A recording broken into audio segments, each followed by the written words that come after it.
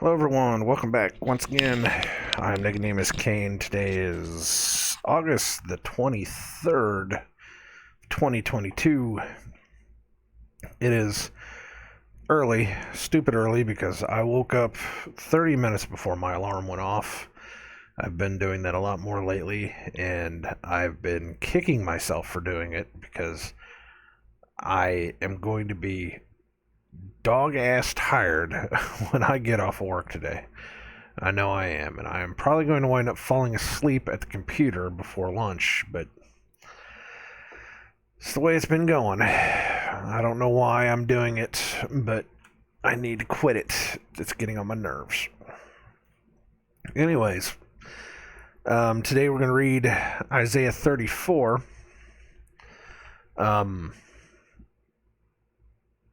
And I'm sure that something somewhere is going to come up that we can talk about. I don't have anything to talk about right offhand. But you know that I always wind up finding something. So we will keep an eye out on the passages today and see if God has something for us that we need to find. And I'm sure I'm going to talk about some stuff because I kind of looked through it and I saw a couple different words that we are definitely going to talk about. A couple different things. But to that end, let's go ahead and read this.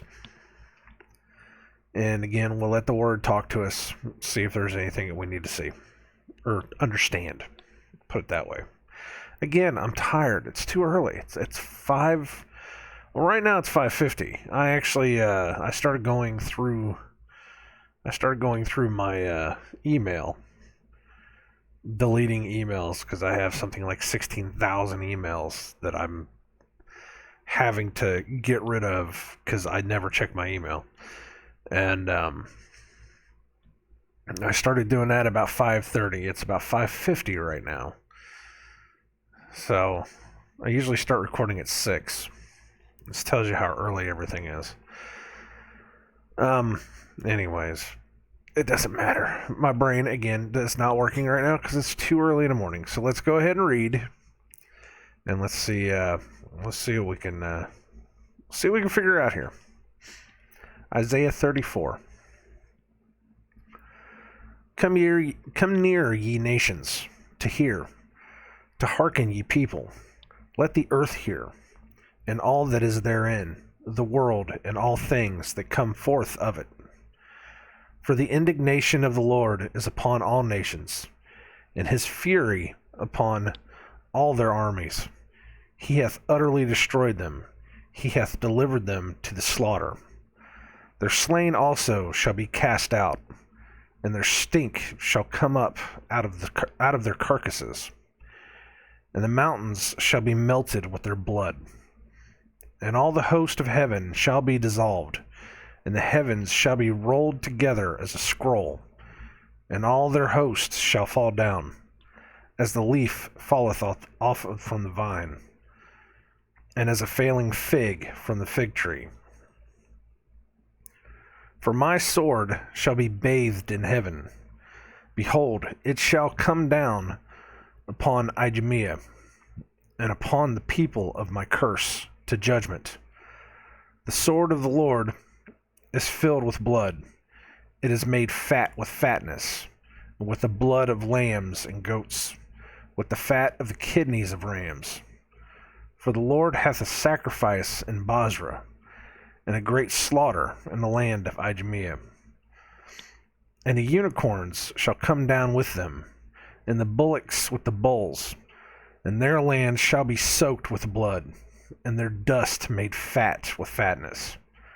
For it is the day of the Lord's vengeance, and the year of recompenses for the controversy of Zion.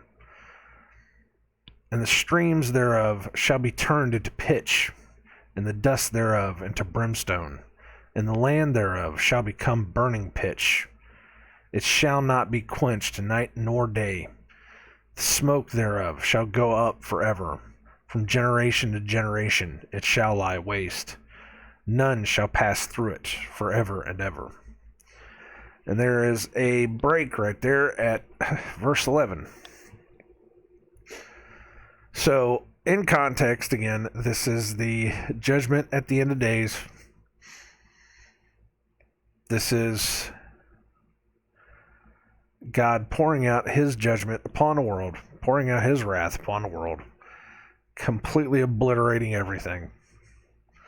Again, in context, we are still talking about that. So it's definitely all imagery of everything is dying. Everything is going to die. Everything is going to fall away and burn forever. But that's the context. You know, you can read that by itself and you could say, oh, this is just going to be, when God decides to roll through the land and, just take out such and such a people and do all this and do all that. The context of it was, I think way back in, what was it? 12, 13, 14, somewhere around there. Chapter 13, 14, 15. I don't remember exactly where it was. That was when it started talking about God pouring out his judgment in that day, in the end times, when this happens. So we have stayed in that context through the past 10 chapters. I don't even remember exactly when. But I didn't really, I think I brought it up in passing as we went through and just kind of said, you got to remember this is in context of this is in context of that. Because again, if you're just reading each chapter individually, even certain verses, you could very easily pull out, this is only meant for, the people of this land. This is only meant for the people of this land. And look, this land, these people that are in this land that, the people of this world have told us this is where the people of this land were. You can see that they've been wiped off the map. This stuff has already happened. We don't have to worry about this anymore. But what if they lied? What if the people of that land changed the name? What if the names have been changed? What if the places have been changed? What if the maps have been changed? And what if the people of that land are where you exist right now? We don't know. I'm not saying it's not happening, but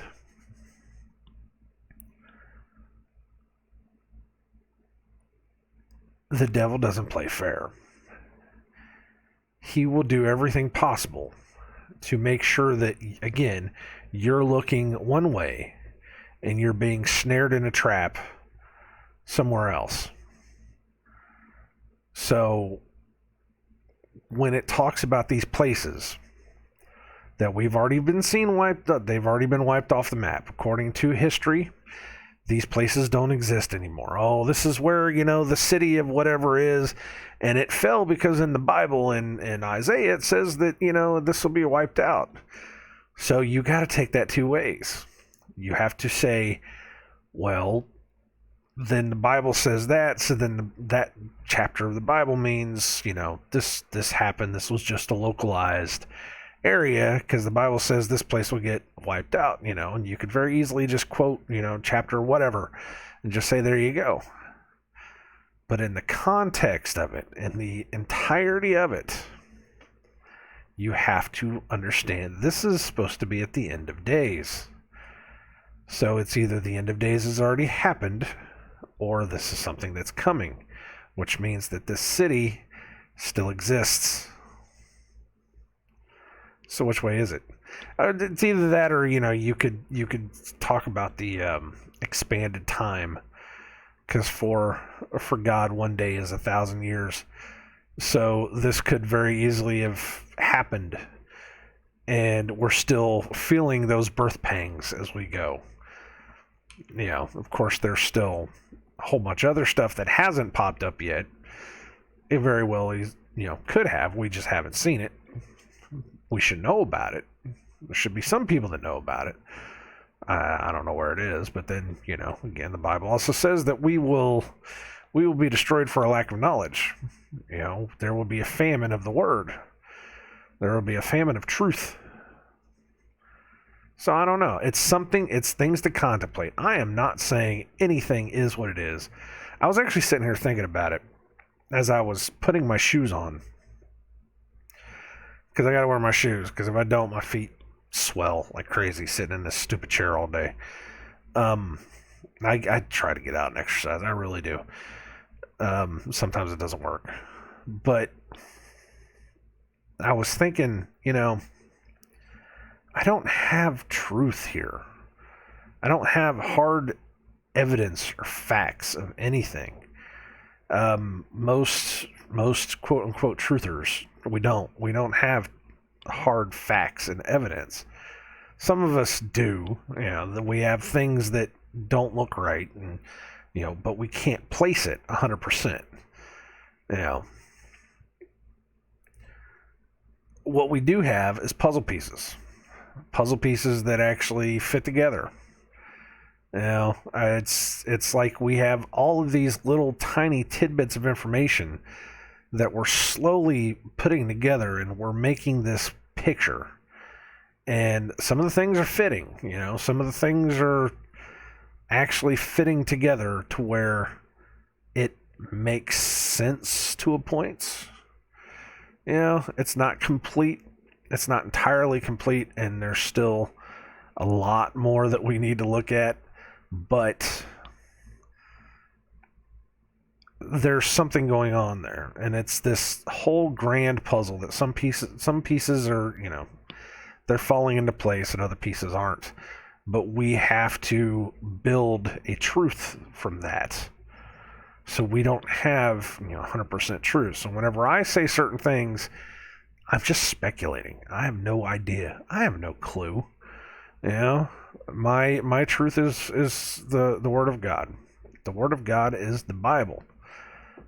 And if the Bible says this, then we have to put that in context of how the world works. And the world tells us something completely opposite.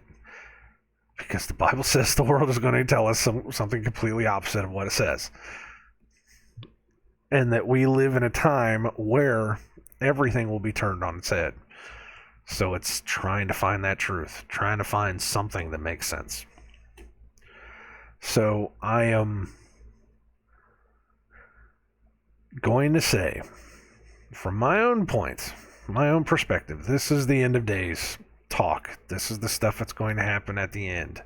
There are cities that they claim are going to be destroyed and be obliterated, but at the same time, these places out in the world don't exist anymore, which makes me think that the names have changed. It's pretty easy. They've had about 400, 500 plus years to be able to do all this. So I'm not saying that is what it is. I'm just saying from my perspective, to get an understanding of whenever I read it, that's what I'm thinking. Let's start back from the top and go through it again so that we can get a little bit clearer understanding of what happened. Come ye nations to hear, and hearken ye people. Let the earth hear, and all that is therein, the world and all things that come forth of it. That's pretty self-explanatory. For the indignation of the Lord is upon all nations, and his fury upon their armies. He hath utterly destroyed them. He hath delivered them to the slaughter. Again, he will send the Assyrian, what did it say, from the south? And it will spread to the north. Is that what it was? Does he start from the south and spread to the north? I don't remember exactly what it said it did, but he will spread through the nations, this Assyrian. And eventually this Assyrian itself, this Assyrian himself, will be destroyed. Once he's done his job, he will be destroyed. And it even says somewhere along the line that there will be a lot of refugees of these places that will go down to Egypt looking for help. Egypt itself will be no help. That Egypt will be destroyed too. All of these places will be destroyed because God said, I'm going to give you until this point and then I'm done and I'm going to wipe it out. Because you've let sin and evil run rampant upon the world, so much so that I have to put a stop to it. Just like it was in the days of Noah, just like it was in Sodom and Gomorrah, is that it has to stop. Because once it gets to this point, nothing will be left. You will pillage and plunder and rape and all the other stuff right up until the point that you become cannibals, and after that point there will be nothing. Violence in the streets, dogs and cats living together, mass hysteria. It's where it goes. Mile high giants walking through the world eating humans. That's where it goes. That's where it comes to. Where was I at? Anyways, this is the Assyrian went through and destroyed everything, and then whenever the Assyrian came back through, he killed the Assyrian as well, and then of course everybody else.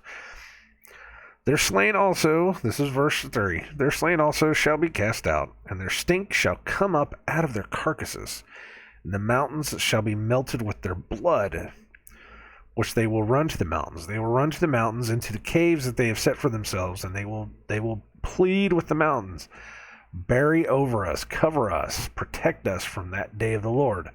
The mountains shall be melted with their blood. Think about that for a second. And all the host of heaven shall be dissolved, and the heavens shall be rolled together as a scroll, and all their hosts shall fall down, as the leaf falleth off the vine, and as a falling fig from the fig tree, and the host of heaven shall be dissolved. Which it also says later on that the stars will fall from the sky, the army, the host of sun, moon, and stars of whole creation, the host of heaven, the warring factions of heaven, the stars. They shall be dissolved. They will fall out of the sky, and heaven shall be rolled back. We've seen this one before, too. And all the hosts shall fall down, as a leaf falleth off the vine, and as a fallen fig. Of course, before that, as a leaf falleth off the vine, there's been a lot of talk about vineyards and the vines withering in the past couple chapters. But then also, as a falling fig from the fig tree. That is when Christ went to pull a fig from the fig tree, and there were none. And he said a word, and the tree died. Now, that is just another one of those weird indications, and I'm not saying it's true. It's just another one of those weird indications that whenever Christ walked on the earth, when he came back after he had died, and some people say it was 70 AD, some people say it was 72 AD, who knows?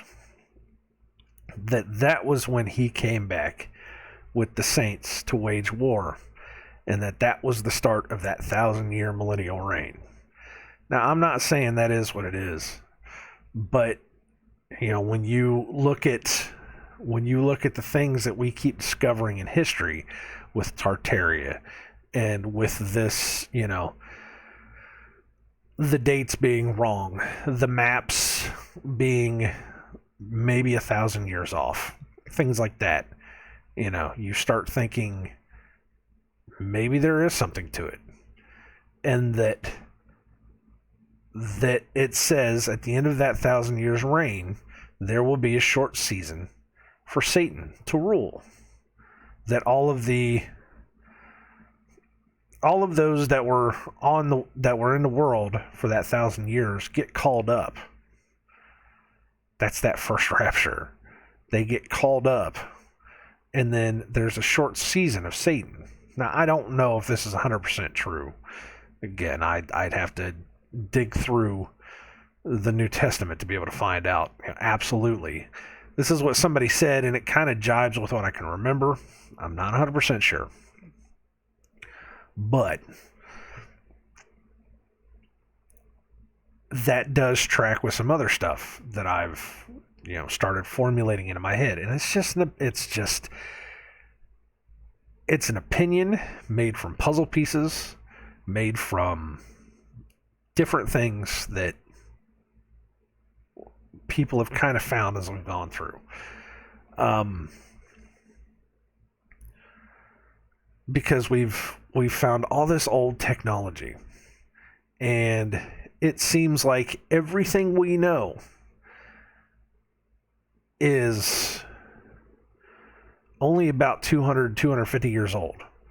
That there was this grand, huge culture, society, this beautiful culture and society that existed, 300, 400, 500, 600 years ago. And it seems like it reigned for a good 1,000 years. And then it's like suddenly out of the blue, it disappears. All of this technology, all of this old world tech, this understanding of how the world works, this society where all of these people from all different cultures were able to live together in peace and love, and somehow that all magically disappeared. Now, whether it's true or not, I don't know. History tells us that this world's history tells us that it was a dark age, that it was the dark ages, that there was nothing worthwhile that happened, that everything had kind of stopped, ground to a dead halt for 1,000 years, almost 1,000 years. I think it was like 600, 700 years. That there was nothing happened. We decided, from the time that Christ was born, well, before that actually, from the time that Christ was born until about 200 years ago, we decided that we're just going to keep with the horse and buggy. That we're not going to have any innovation whatsoever, that we're not going to think of anything new, that we're not going to have any kind of, new music, that we're not going to have any kind of new understanding of how the world works. We're not going to have any kind of new anything. That we're just going to be dumb and stupid for thousands upon thousands, 2,000 years. And then suddenly out of the blue, it's like, music, philosophy, technology, an industrial age. Just out of the blue. Just boom, there it is. It's like we went from horse and buggy to steam trains overnight. That everybody just decided, we're gonna live where we are, and we're just gonna be oppressed for the rest of our lives, because apparently the church was oppressing everybody. The church was oppressing everybody, even though that there were entire countries of people that they hadn't even found yet, that were supposedly just sitting there cutting the hearts out of their victims and throwing them down these gigantic pyramids that they should not have been able to build in the first place. But whatever, whatever, it doesn't matter. Somehow the Incans and the Mayans magically made these pyramids, and they stopped making those pyramids because that's all they needed. They needed exactly those amount of pyramids, and nobody knows how they made them. But, they said, hey, we're done making them. We're just going to use them now just to sacrifice people, because, shit, why not? It doesn't make any sense, man. What is going on here? When you really look back at history, when you really listen to what historians say, nothing makes sense anymore. It's absurd. It's almost absolutely absurd. You just have to open your eyes, use your discernment. It's just ridiculous what they say. But that's what they want you to believe. And that's what they got a lot of us to believe. because we didn't question it. Why should we question it? You know, supposedly people figured this out. That all this stuff was just buried. You know, my biggest thing always was, they tell us that the Incans or the Mayans, whichever one, I think it was the Mayans, were found in the 1400s by Spanish ships. And the Spanish went in there, killed everybody, took the gold, and went back. But never once did the Spanish ever stop to think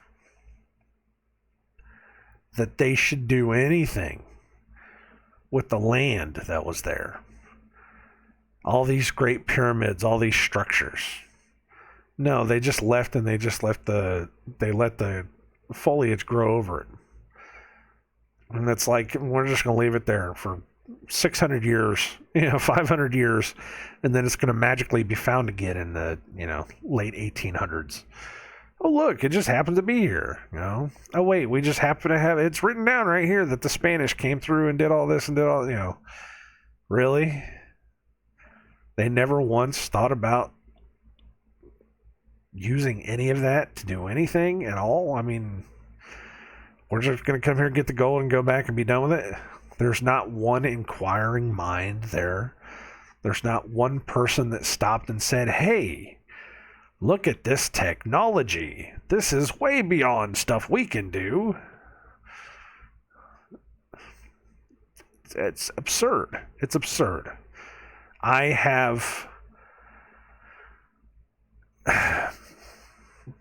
think,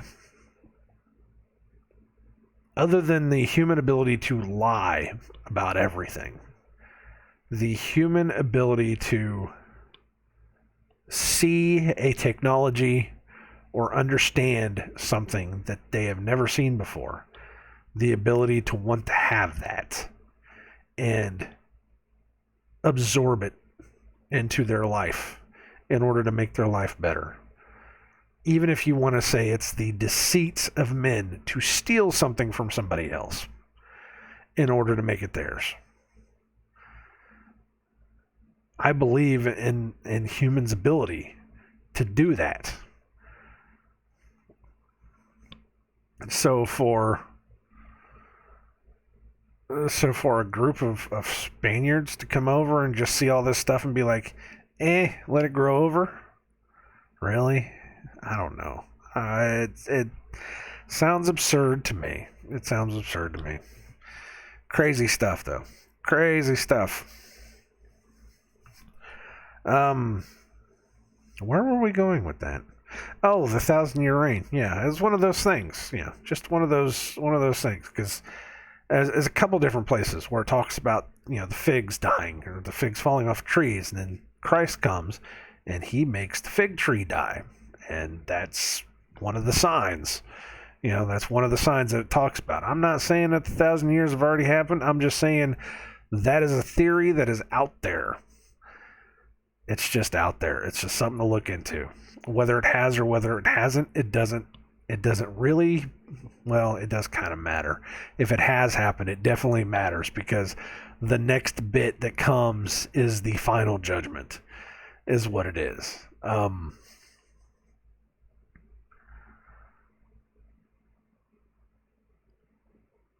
If it hasn't happened, then we have to start looking for markers. We have to start looking for things that are going to start coming. But if it has already happened, then we don't need to look for markers anymore. We just need to prepare ourselves for the final judgment, because it's coming. So I don't know how you want to take it. If anything, if you look into that kind of stuff, it will lead you to understand that everything that they told you about the last 2,000 years is absolutely a lie, that they're just making it up. That we just sat around and did nothing for 2,000 years, living in mud huts and, killing each other with constant wars. There was, what was it, 100-Year War? Was that one of them? was like for 100 years there was a war.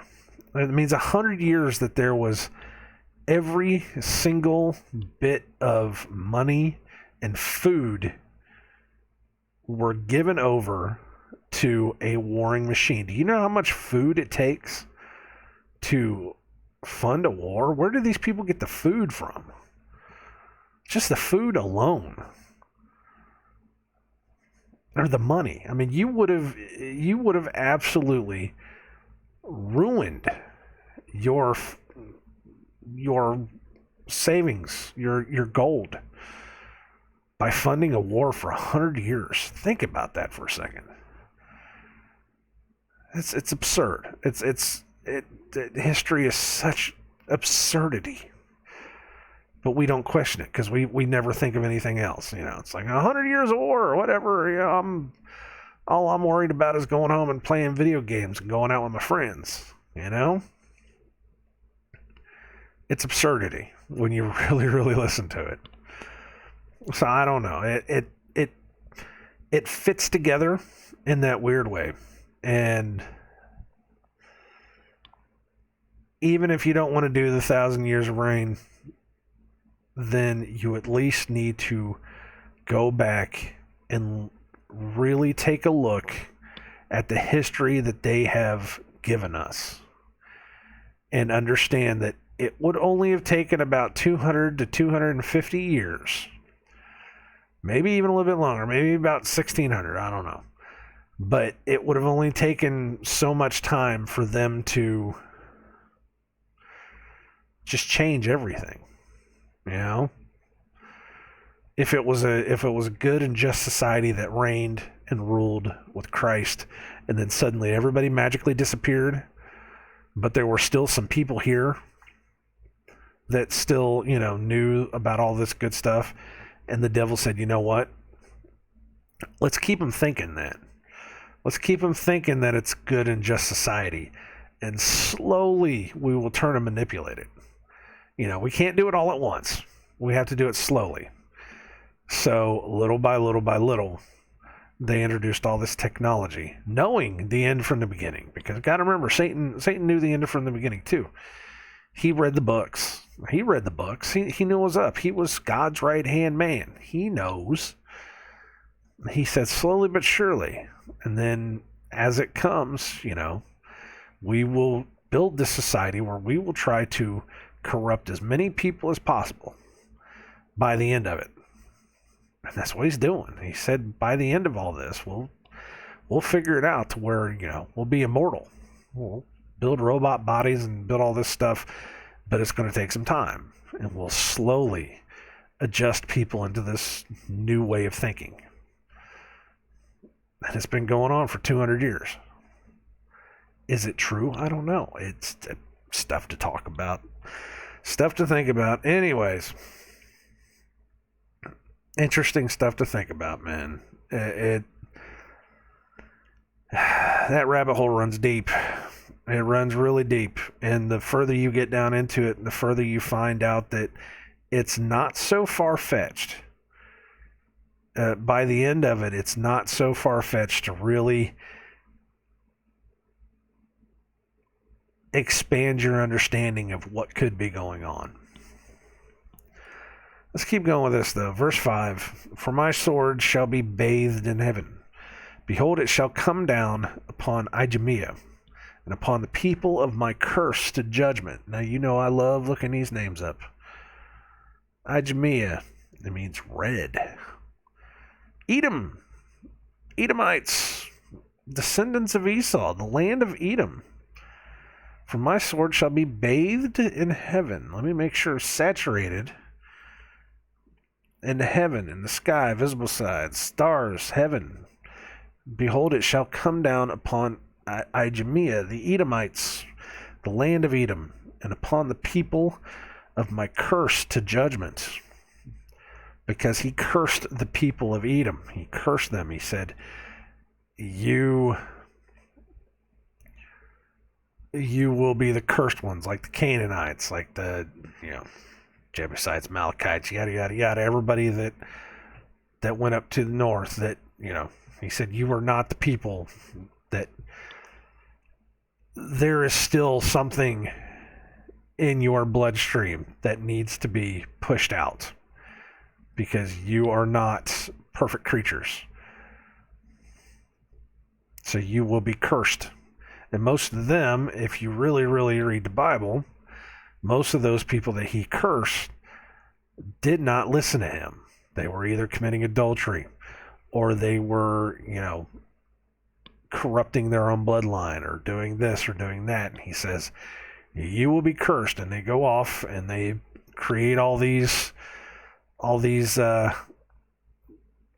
peoples. And that's the curse. That's the curse of his judgment. And upon the people of my curse to judgment. The sword of the Lord is filled with blood. It is made fat with fatness, and with the blood of lambs and goats, with the fat of the kidneys of rams. For the Lord hath a sacrifice in Bozrah, and a great slaughter in the land of Idumea. Bozrah, being sheepfold, a town in Edom. For the Lord hath a sacrifice in Bozrah, and a great slaughter in the land of Idumea, and the land of Edom. Now here's some interesting stuff that we could talk about. And the unicorns shall come down with them, and the bullocks with the bulls, and their land will be soaked with blood, and their dust made fat with fatness. And the unicorns shall come down with them. Now again, we don't talk about unicorns. Anytime you see the word unicorn in the Bible, you are talking about, I can't even say Monoceros anymore, because apparently there is a constellation called Monoceros, and it is in the shape of a unicorn. This is something that they supposedly made up in the 1700s, that it's a unicorn. So I can't say Monoceros, even though the first edition Webster's Dictionary says that unicorn, it says possibly a Monoceros, and the picture that they show is a hairy rhinoceros with one horn, because a rhinoceros usually has two horns, but sometimes, apparently, I just found this out today, rhinoceroses can sometimes only have one horn. And I think it was Job that talked about the unicorn, maybe somewhere else. I don't remember, but it talked about the power of the unicorn. Who can grab the unicorn? Best the power of the unicorn. Of course, if a unicorn is just a horse with a horn coming out of its head, it shouldn't be that hard. I mean, really, it's just a horse. But this is not a unicorn. We're talking about something along the lines of a rhinoceros, which again I thought was a monoceros. But I can't use that word anymore. But the picture that I saw, it was a rhinoceros with one horn, and it was hairy. Then there's something called a giant rhinoceros that they call prehistoric. Now, prehistoric is not a word to be ashamed of. I mean, when you hear prehistoric, the first thing that comes to your mind is, such and such million years ago. No, prehistoric means before we recorded history. It doesn't have to mean, millions of years ago. It just means before we started recording it, before we started making it up. So 250 something years ago, prior to that, there was something called a giant rhinoceros. And this thing was huge. I just found this out today. Giant rhinoceros was bigger than a giraffe. Big, huge monster. Just imagine a rhinoceros being the size of a house. Now, if you put that into context, that everything in the world was 4 times bigger than it was, that the oxygen levels were higher on the front side of the flood than they were on the back side of the flood. These things could have existed. If you can put it into context that all of the peoples, the cursed peoples, lived in the north, in the valleys, where they still grew food that could manage giants. These creatures, mammoths, giant rhinoceroses, giant tigers, giant whatevers, giant bulls and oxes, because you talk about Babe the Blue Ox. Now, if that's not a story handed down from Gilgamesh, then it is a story of an ox that's the size of a house. These giants, these land of the giants that was to the north, where they could still exist, where they could still breathe more pure oxygen than everybody on the outskirts. It's possible. This is where they lived, though. They lived in the northern regions, usually in the valleys. So we're talking about a rhinoceros, maybe a giant rhinoceros, we don't know. But it says, and the unicorn shall come down with them. And the bullocks with the bulls, giant oxes, giant bulls. Who knows? I'm just pointing that stuff out there. You got to remember, there were giants in those days. It wasn't just giant people. We have been finding bones of giant animals for years. Of course, they find them and they say, "Oh, look, a dinosaur," But we don't know if that's true or not. I still contend that there are giant lizards. Lizard. What's the big ones? Komodo dragons that can get up to 10 feet. Alligators can get up to 20. With the right conditions. I believe in giant lizards. Absolutely.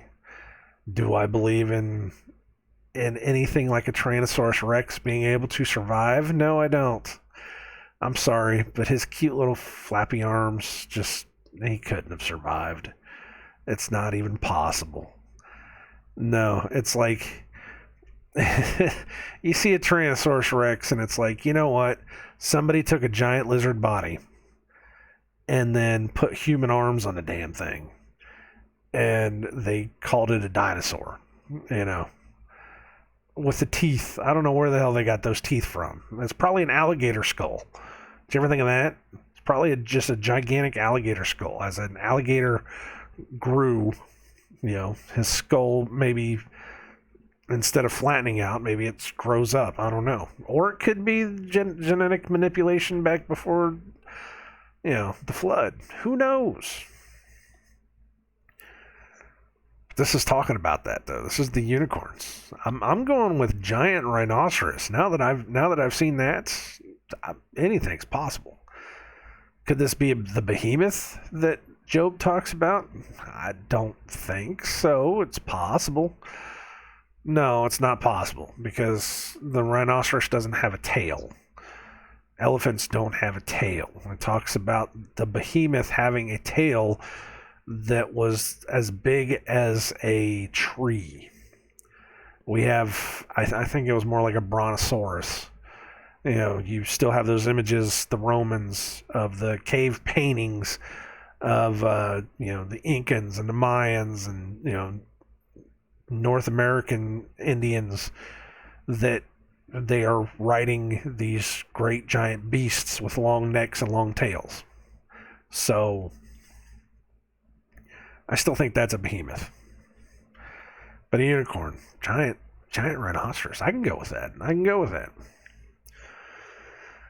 Verse 8, for it is the day of the Lord's vengeance. This is the end times. For the day of the Lord's vengeance, and the year of recompenses for the controversy of Zion. And the streams thereof shall be turned into pitch, and the dust thereof into brimstone, and land thereof shall become burning pitch. It shall not be quenched day or night. The smoke thereof shall go up forever. This is the fire that shall burn forever, the smoke of which you will be able to see from all the world. That talks about this in Revelation. You will see that smoke, and it will burn forever and ever and ever. As a reminder, so it shall go up forever, from generation to generation it shall lie waste. None shall pass through it forever and ever. It even has a connection to it. Revelation 14 and Revelation 18 and Revelation 19. There you go. Verse 11. Finally, we can keep going. But the cormorant and the bittern shall possess it. The owl also and the raven shall dwell in it. And he shall stretch out upon it the line of confusion and the stones of emptiness. We'll have to come back to that one. They shall call the nobles thereof to the kingdom, but none shall be there. And all her princes shall be nothing, and thorns shall come up in her places, nettles and brambles in the fortress thereof, and it shall be an habitation of dragons, and a court for owls. The wild beasts of the desert shall also meet with the wild beasts of the island, and the satyr shall cry to his fellow. The screech owl also shall rest there, and find for herself a place of rest. This is some interesting imagery and some interesting things going on here. There shall the great owl make her nest, and lay, and hatch, and gather under her shadow. There shall the vultures also be gathered, every one with her mate. There's a break right there at 16. I didn't think there was another break on this one. So let's go back for a second. But the cormorant and the bittern shall possess it. These are birds. The owl also and the raven shall dwell in it. And he shall stretch out upon it the line of confusion and the stones of emptiness. He shall stretch out upon it the line of confusion, the line of formlessness, unreality, emptiness, the line of emptiness, line of confusion, a place of chaos, vanity, a worthless thing, a desert, the line, the cord, the measuring line.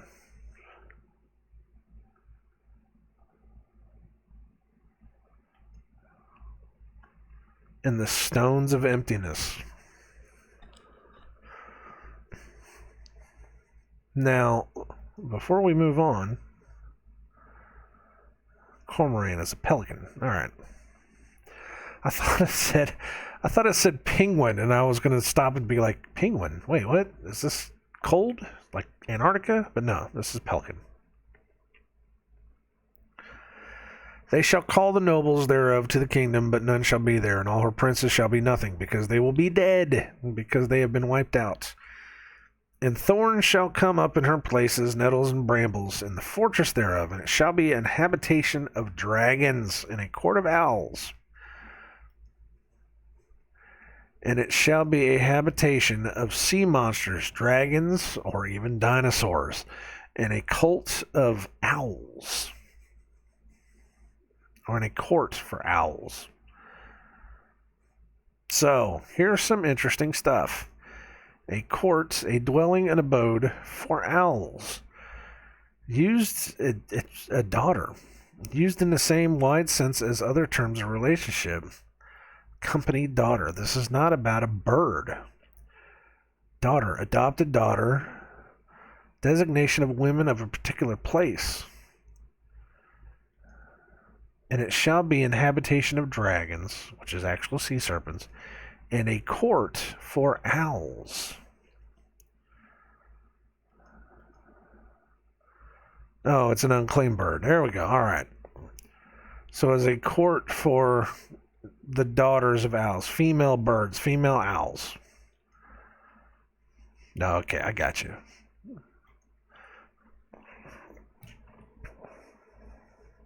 There you go. Let me go on. Because it talks about them laying their eggs. The wild beasts of the desert shall also meet with the wild beasts of the island, and the satyr shall cry to his fellow. The screech owl also shall rest there and find for herself a place of rest. Where is this satyr? We know what a satyr is, but let me see. Hairy, he-goats, the buck, the satyr, may refer to a demon-possessed goat like the swine of Gadara. The satyr shall cry to his fellow.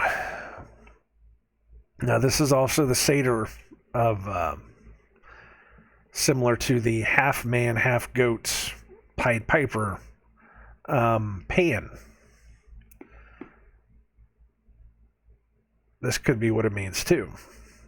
Or Pan, somebody actually was talking about, we were talking about the current crisis, the current situation that we're in right now, and somebody said the plandemic, and I said, no. If you're going to say it right. It's pandemic. It's Pan. It's the god Pan. It's the demon god Pan, the Pied Piper Pan. He used to play his pipe in order to seduce women back into the forest so that he could rape them, so that they would have little baby goats. That's how the story goes. It's kind of messed up. But it's Pan. It's Peter Pan. It's the Pied Piper. It's Peter Pan came flying into a window, playing his flute, and he kidnapped children to take them back to Never Neverland. Yeah, see, you listen to those stories, those are pretty messed up, you know. But it's the same thing with the Pied Piper. Is the Pied Piper promised that he would get rid of the rats, and when it came time to pay up, the people wouldn't pay up. So what did he do? He stole their kids. It's the temptation. It's the playing the pipe in order to be able to draw out the people, especially children, away from the real world. It is a god who teases, manipulates people into following his will, usually into destruction. It's Pan, the pandemic. You have to understand what these words mean. You have to understand that not only do these words have meaning, not only do these creatures exist in some way, shape, or form, that they made stories out of them, but they've turned them into kids' stories so that your children will be manipulated by this stuff. It's Peter Pan. They could have called him anything in the world, but they made him exactly like the satyr god Pan.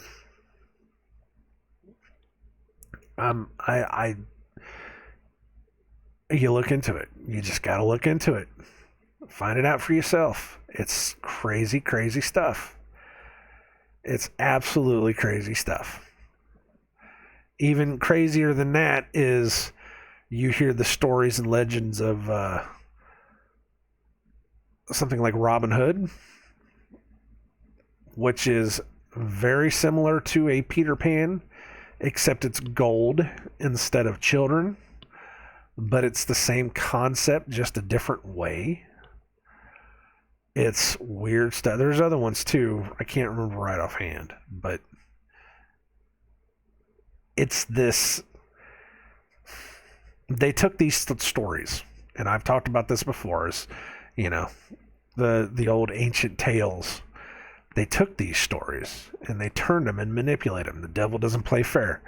Turned them and manipulated it to where the legend continues, the mythology continues, and you believe it. You give it power by keeping it going, by pushing it forward, without understanding what it means. And it talks about satyrs somehow exist in the book of Revelations. These creatures still exist. We're not just talking about goats. This is something else going on here. There's something else evil and wicked going on here. You have to pay attention to it. So if you want to go down a rabbit hole, you go down the Pan rabbit hole. Find out what that stuff means. Understand that they have corrupted it so much that you... One time I actually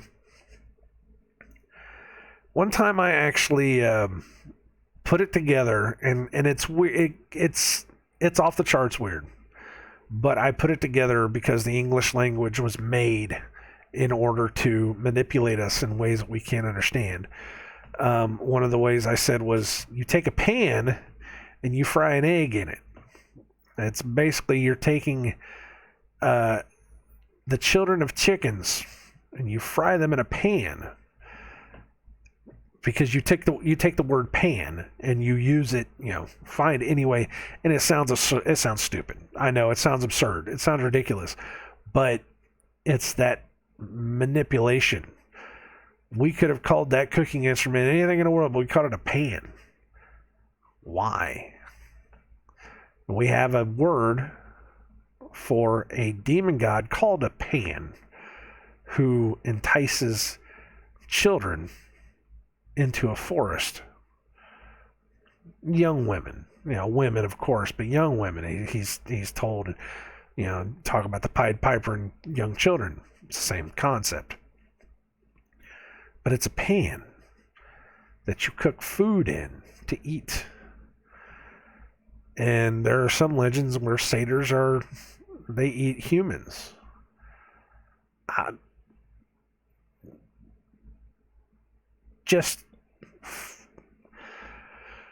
don't want to say food for thought. It's kind of a pun, definitely not intended on that one. But there's more going on here than you could ever possibly know. And I'm not saying it's true. I'm just saying that connection is weird enough that we could stop and look at it and say, what the heck is going on? That's all I'm saying. So we're talking about the screech owl also shall rest there and find for herself a place for rest. We are still talking about female owls.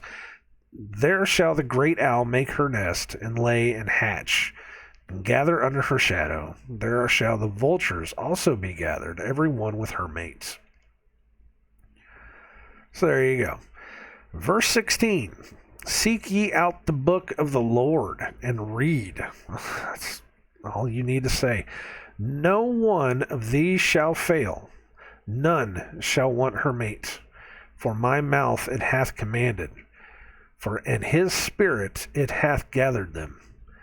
And he hath cast the lot for them, and his hand hath divided it unto them by line. They shall possess it forever. From generation to generation shall they dwell therein. Seek ye out the book of the Lord and read. That's all you have to say. That's all I really have to say. It is the glory of God to hide a thing. It is the honor of kings to seek a thing out. And I remember who I was talking to, where we were talking about the Bible, talking about how hard it is to understand. And I was like, that's why you ask for discernment. You ask the Father to give you understanding of what it means. Because it's supposed to be hard.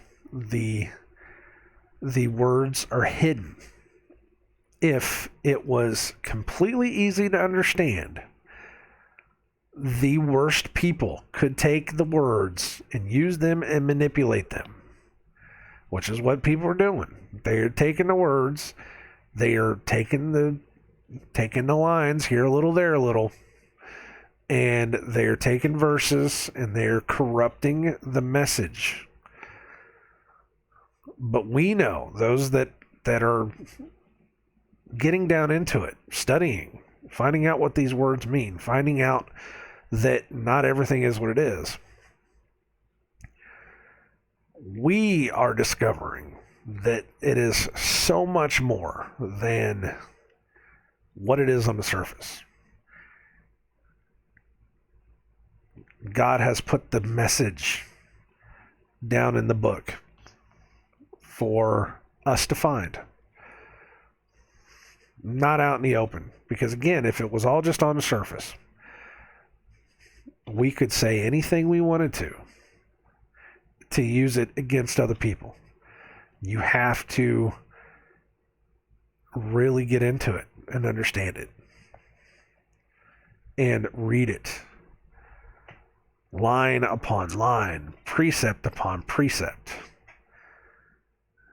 Here a little, there a little. Does not mean you get to take a verse here and a verse there. It means that you have to take this whole thing, read this whole chapter, and have it coincide with something that's either way forward in the book or way after in the book.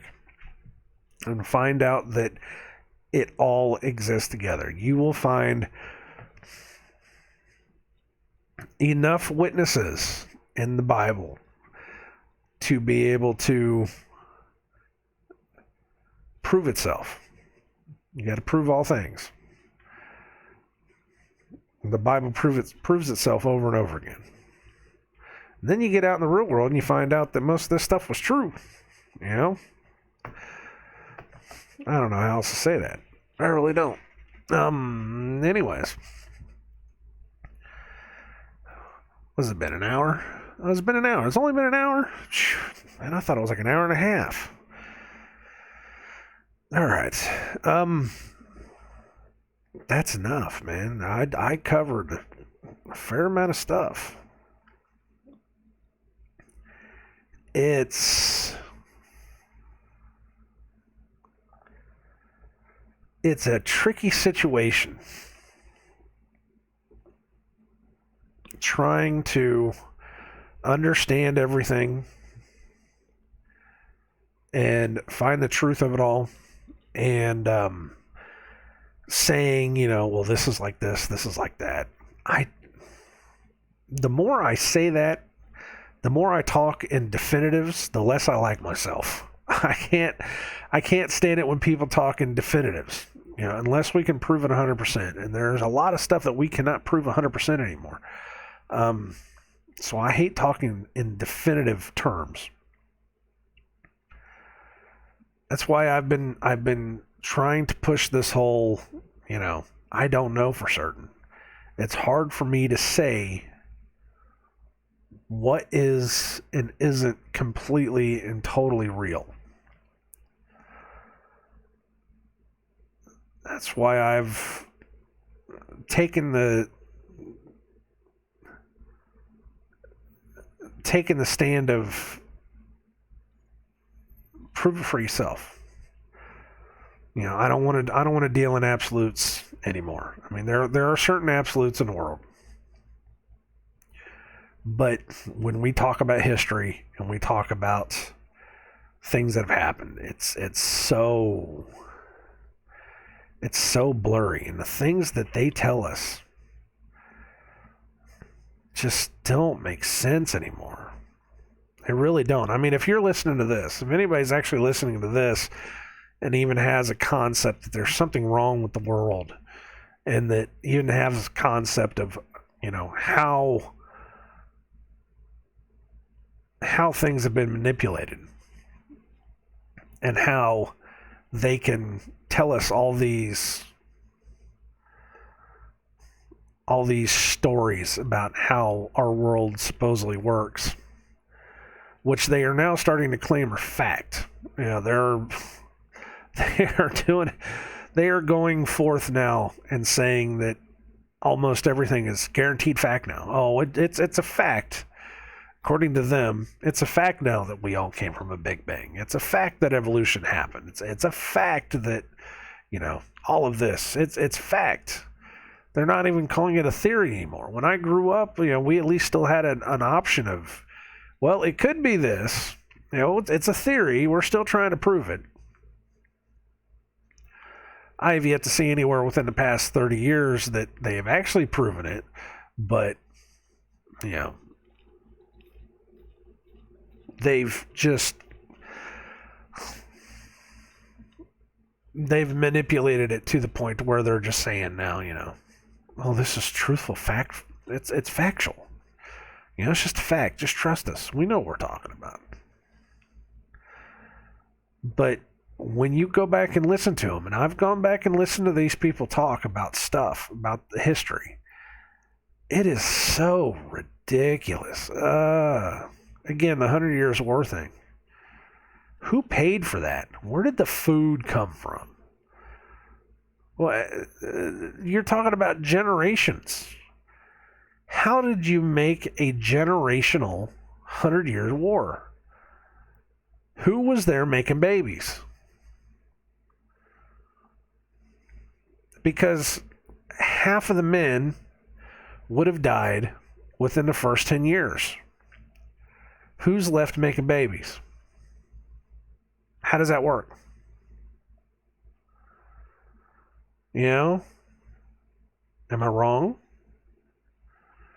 Because you got to make babies. And if only half the men are there, that means that you've got, one man with multiple women trying to produce kids in order to keep it going. And the food alone. Wars are so expensive to fund. Not only do you need food, you need weapons, you need, back then it would have been swords and shields and spears and whatever. You need the time sink to put into training. Just the training alone, unless they got, farmers or, just poor people. But then, if you're putting poor people out on the line, they're dying. Horses. What if they had horses? Making, gigantic... It just doesn't make sense. It just doesn't make sense. The whole concept of it now. But again, it's not just that. It's other things too. You listen to them talk about other things, about how they say things are supposed to work. It's like, it just doesn't. I don't know, man. It's crazy stuff. I'm going to stop it there, though. Seek ye out the book of the Lord and read.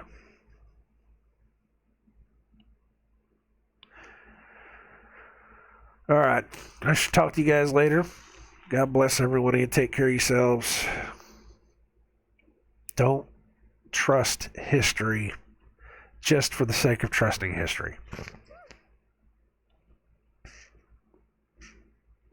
Find out the truth. Or at least find out the truth the best you can. And just remember, it's all a puzzle. It's all a puzzle, and we're all trying to figure it out. And some people have better puzzle pieces than others. Some people have part of the puzzle that they just need that one piece, and there's just that one person that could be like, well, hey, I've got this fits, But don't ever say that anything is definitive, It's that we have a complete understanding. Nothing is definitive. All right, I'm going to stop before I bury myself in a hole.